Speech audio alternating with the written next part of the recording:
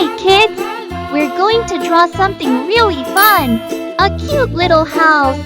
Draw a triangle or slanted lines to make it look like a rooftop. Nice and steady. Awesome!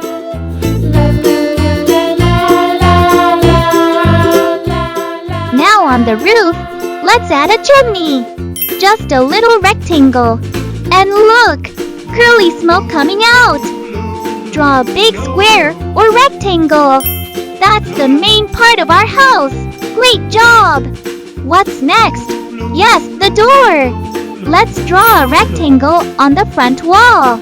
Don't forget the doorknob. Just a small circle. Let's draw a window next to the door.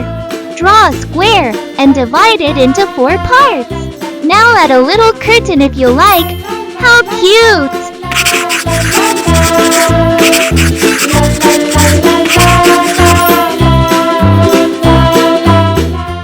Time to color our house and make it look amazing.